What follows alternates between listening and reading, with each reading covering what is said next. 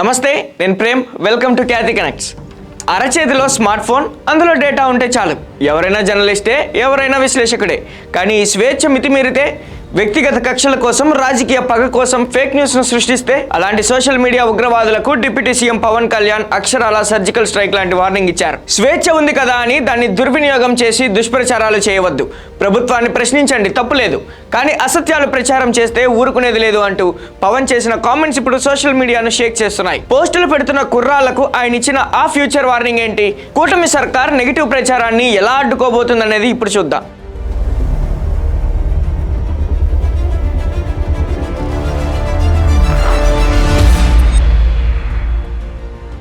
పవన్ కళ్యాణ్ కేవలం వార్నింగ్ ఇచ్చి ఊరుకోలేదు, అందులో ఒక డెమోక్రటిక్ మెసేజ్ కూడా ఇచ్చారు. సాధారణంగా ప్రభుత్వాలు విమర్శలను తట్టుకోలేవు, కానీ పవన్ కళ్యాణ్ రూటే సపరేట్.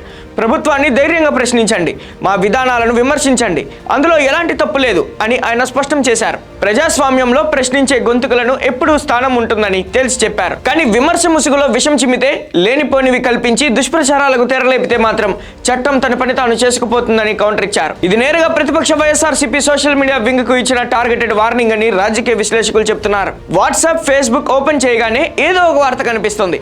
అందులో ఏముందో కూడా చదవకుండా గుడ్డిగా షేర్ బటన్ నొక్కేసే బ్యాచ్ కి ఆయన కళ్ళు తెరిపించారు. ఏదైనా షేర్ చేసే ముందు అది నిజమా కాదా తెలుసుకోవాలి అంటూ ఆయన లాజిక్ తీశారు. ఒక ఫేక్ న్యూస్ సమాజంలో ఎంతటి విధ్వంసం సృష్టిస్తుందో, వ్యక్తుల క్యారెక్టర్లను ఎలా డ్యామేజ్ చేస్తుందో పవన్ గుర్తు చేశారు. ఫ్యాక్ట్ చెక్ చేసుకోకుండా ఏది పడితే అది ఫార్వర్డ్ చేస్తే సైబర్ క్రైమ్ వలయంలో చిక్కుకోవడం ఖాయమన్నది ఆయన మాటల అంతరార్థం. చెప్తాం, మనందరికీ మన అభిప్రాయాన్ని స్వేచ్ఛగా వ్యక్తం చేసే హక్కు ఉంది. అది మన ప్రజాస్వామ్యానికి చాలా గొప్ప బలం. కానీ ఆ స్వేచ్ఛని ఇతరులను దూషించడానికి, తప్పుడు సమాచారం వ్యాప్తి చేయడానికి ఉపయోగించకూడదు. Before sharing, verify data. Before criticising, know the facts. Before abusing, remember your responsibility. బలమైన ప్రజాస్వామ్యానికి మనకు కావాల్సింది బ్లైండ్ ఫాలోవర్స్ కాదు, ఇన్ఫార్మ్డ్ సిటిజన్స్ చాలా అవసరం. మీ చేతుల్లో మొబైల్ ఉంది, టెక్నాలజీ ఉంది, ఇన్ఫర్మేషన్ ఉంది, ఓటు ఉంది, టాలెంట్ ఉంది. కానీ అన్నిటికంటే ముఖ్యంగా మీ చేతిలో మీ భవిష్యత్తు ఉంది, దేశ భవిష్యత్తు ఉంది. ప్రతి తరం తన కాలానికి ఒక బాధ్యతని మోస్తుంది. స్వాతంత్ర ఉద్యమంలో ఒక భగత్ సింగ్, చంద్రశేఖర్ ఆజాద్, నేతాజీ వంటి యువకుల స్ఫూర్తితోటి ఆ రోజున దేశం కోసం త్యాగాలు చేశారు.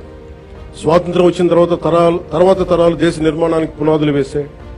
ఇప్పుడు ఆ జాతీయ నిర్మాణపు జ్యోతిని ముందుకు తీసుకువెళ్లాల్సిన అవసరం మన యువతది. మీరు ఈ దేశపు యువతది. మీ ఆలోచన స్వేచ్ఛగా ఉండాలి, అన్యాయంపై అసహనం ఉండాలి, మార్పు తీసుకురావాలని తపన ఉండాలి. ప్రభుత్వాన్ని ప్రశ్నించండి, విధానాలను విమర్శించండి, నిరసన తెలియజేయండి. కానీ మీ కోపాన్ని విధ్వంసంగా కాకుండా నిర్మాణాత్మక శక్తిగా మార్చండి. పోరాడే సమస్యలు నిజమైనవే కావచ్చు, కానీ వాటిని ఎవరు ఏ దిశలోకి తీసుకువెళ్తున్నారు అనేది ఆలోచించాలి. వ్యవస్థలో తప్పుంటే వ్యవస్థని ధ్వంసం చేయడం కాదు, వ్యవస్థని సరిచేయడం అంటే మనకు లక్ష్యం కావాలి. నేను కూడా ప్రజా సమస్యల కోసం అనేక ఉద్యమాలు చేశాను.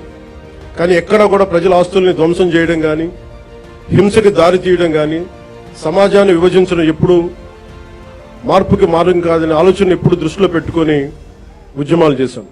ఇక పవన్ కళ్యాణ్ స్పీచ్ లో హైలైట్ పాయింట్ ఇదే. యువతను ఉద్దేశించి ఆయన అన్న మాటలు అక్షరాల బ్రెయిన్ కి నాటుకునేలా ఉన్నాయి. మీ చేతిలో ఉన్నది కేవలం ఒక ఫోన్ మాత్రమే కాదు, అందులో మీ భవిష్యత్తు కూడా ఉంది అంటూ ఒక ఎమోషనల్ అండ్ స్ట్రాంగ్ పంచ్ విసిరారు.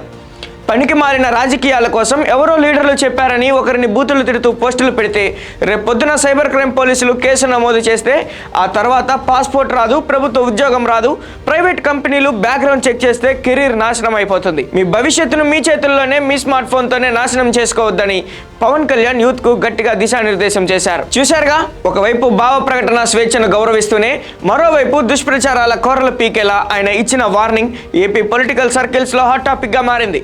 మరి పవన్ ఇచ్చిన ఈ వార్నింగ్ తో అయినా నెటిజన్లలో, సోషల్ మీడియా ట్రోల్స్ లో మార్పు వస్తుందా? గుడ్డిగా పోస్టులు షేర్ చేసే ముందు ఇది నా కెరీర్ ను నాశనం చేస్తుందా అని యువత ఒక నిమిషం ఆలోచిస్తుందా? ప్రభుత్వాన్ని నిర్మాణాత్మకంగా విమర్శించేవారు ఎవరో, పనిగట్టుకొని ఫేక్ న్యూస్ స్ప్రెడ్ చేసే క్రిమినల్స్ ఎవరో గుర్తించి ఏపీ పోలీసులు ఎలాంటి చర్యలు తీసుకోబోతున్నారు? వేచి చూడాల్సిందే.